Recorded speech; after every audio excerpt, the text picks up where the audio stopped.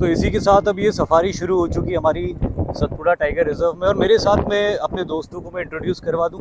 सबसे मेरे दाएं हाथ पे बैठे हुए हैं प्रशांत पारखे जी, फिजिक्स वाला के बहुत बड़े मैनेजर हैं। और उनके पास बैठे हुए हैं गौरव पाटिल साहब, जो शेयर मार्केट के एक्सपर्ट हैं। और यहाँ पे हम देख सकते हैं महेंद्र सर, हेलो, जियोग्राफी के महारथी।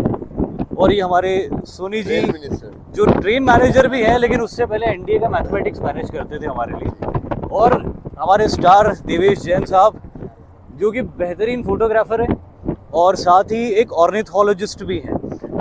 पक्षियों की इनको बहुत बढ़िया जानकारी है। तो आज इन सबके साथ में सफारी के अंदर हम जा रहे हैं। हमारे साथ गाइड भी है। गाइड साहब जय हिंद, और ड्राइवर साहब को भी जय हिंद।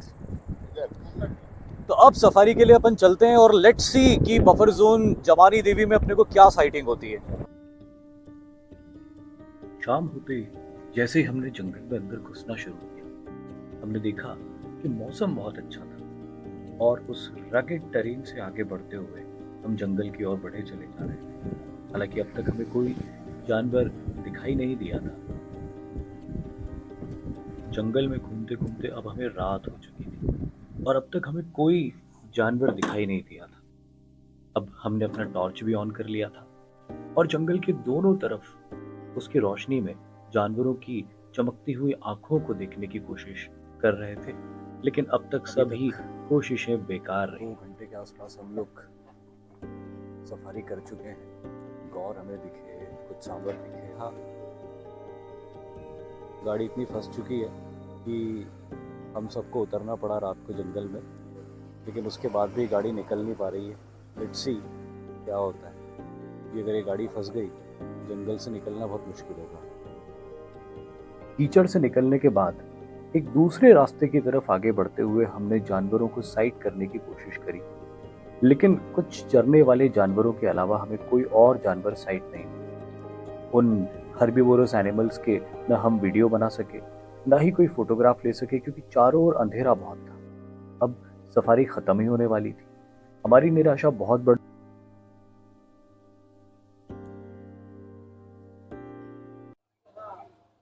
तो कल की डिसअपॉइंटिंग सफारी के बाद में अब आज कोर एरिया की सफारी के लिए अपन लोग जाएंगे और एक ब्यूटीफुल व्यू।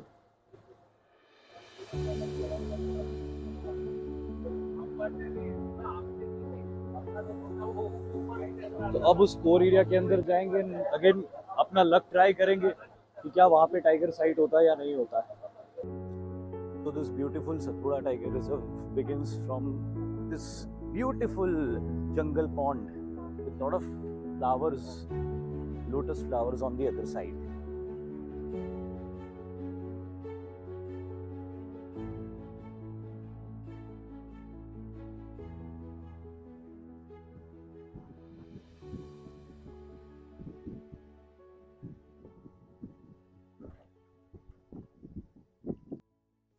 जंगल में आगे बढ़ते हुए अचानक हमारी नजर पड़ी एक मूविंग ऑब्जेक्ट के ऊपर।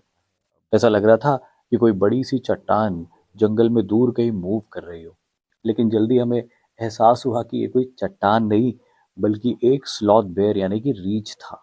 जी हाँ, फाइनली हमें रीछ की साइटिंग हो चुकी थी। हालांकि वो हमसे काफी दूर था और हम अपने कैमरा को जूम करके उसको अपने कैमरा में कैप्चर करने की कोशिश कर रहे थे, लेकिन हमें भरोसा था कि वो सड़क तरफ जरूर आएगा। और देखिए, वो सड़क की तरफ आया और उस घने जंगल के अंदर इस मेल स्लॉथ बेयर को देखना अपने आप में एक जादुई पल था। फिर हमें दिखाई देता है एक गौर, एक नर गौर, जो कि दुनिया का सबसे भारी जंगली मवेशी है। ये गाय प्रजाति का होता है। टाइगर के पग मार्क्स मिले हमें आगे बढ़ते बढ़ते, और ये जैसे कि देख सकते हो फीमेल है। मेल और फीमेल के पग मार्क्स के बीच में बेसिक डिफरेंस ये होता है कि मेल का पग मार्क बहुत बड़ा होता है, फीमेल का पग मार्क उससे थोड़ा छोटा होता है। मेल का पग मार्क स्क्वेरिश होगा, फीमेल का पग मार्क रेक्टेंगुलर होगा। मेल के पग मार्क के उसके टोज राउंडर होंगे और फीमेल के पग मार्क के टोज पॉइंटेड होंगे। चाहे जानवर दिखे या ना दिखे, लेकिन एक जंगल अपनी ब्यूटी से कभी भी डिसअपॉइंट नहीं करता।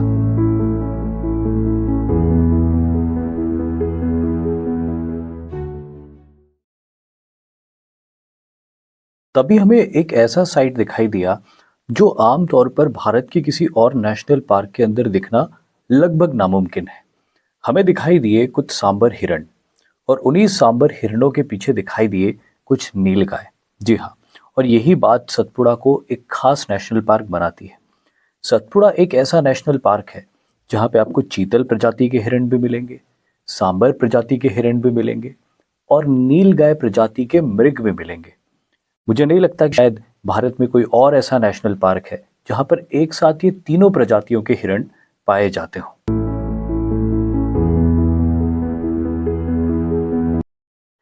लेकिन ये हिरण बिल्कुल भी सहज नहीं लग रहे थे और नजदीक से ही एक और सांबर हिरण की अलार्म कॉल की आवाज आई थी। ऐसा लग रहा था कि कोई प्रेडेटर, कोई शिकारी जानवर आसपास जरूर है। तभी अचानक सारे हिरण भाग खड़े हुए और उन हिरणों के पीछे से निकल कर आई सतपुड़ा की राजकुमारी, यंग टाइग्रेस हाईलाइन, जो बिल्कुल हमारी ओर ही बड़ी चली आ रही थी।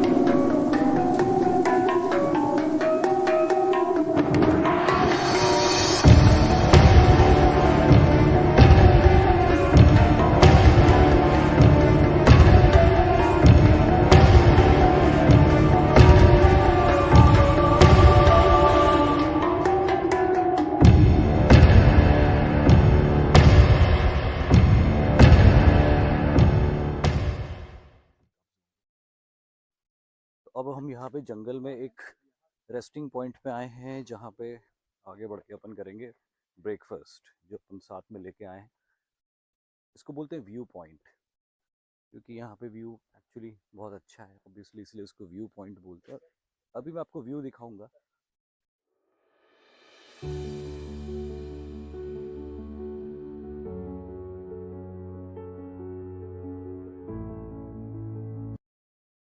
और यहाँ पे कुछ पगमार्क्स दिखे, मुझे बुलाया जा रहा है।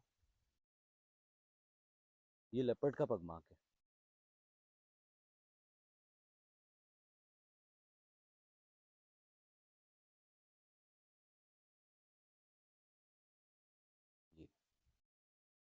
ये इसके दो टोज हैं, पीछे पैड है। तीसरे टो के ऊपर एक पत्ता आया, मतलब कि ये पुराना है। हाँ, एक और पगमार्क मिला है।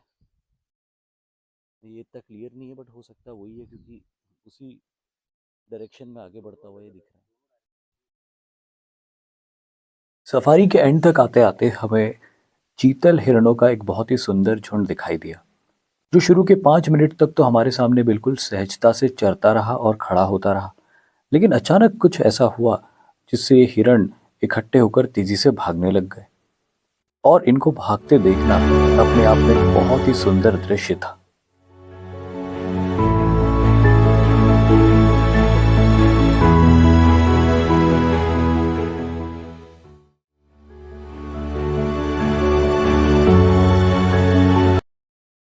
लेकिन फिर हमने ये भी नोटिस किया कि सारे हिरण नहीं भागे और इनके इस अजीब से व्यवहार का हमें कोई जवाब नहीं मिला। इवन हमारे गाइड भी उनके इस व्यवहार के बारे में बता नहीं सके कि आखिर ऐसी क्या बात है जो कुछ हिरण डर के भाग गए और कुछ हिरण बहुत सहजता से सड़क को पार करते रहे और कुछ हिरण तो अपनी तरफ आराम से खड़े भी रहे। यानी कि अभी भी इन जानवरों के बिहेवियर के ऊपर बहुत सारी रिसर्च की रिक्वायरमेंट है।